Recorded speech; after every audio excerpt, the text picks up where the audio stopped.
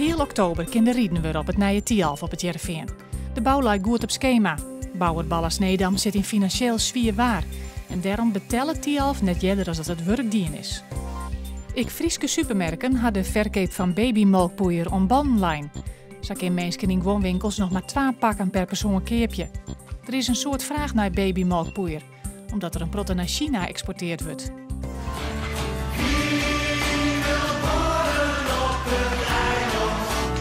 De vereniging Gastvrij Terschelling had een liedskreunts in gaswinning op het eiland.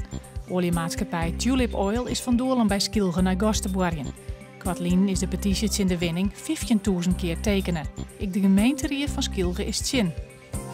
De wedstrijd om het landskampioenschap volleybal tussen VC Snits en Eurospet uit Almelo is 19 juni live te zien bij Omroep Friesland. De stand tussen beide ploegen is nu 2-1 in het voordeel van VC Snits. De ploeg die als eerste 3 keer woen had, wordt kampioen. Joen en vannacht helder waar en een graad is 5. Mooi zinnen, maar ik bewolking. Het wordt zo'n 12 graden en de noordestenwind is matig ontkräftig.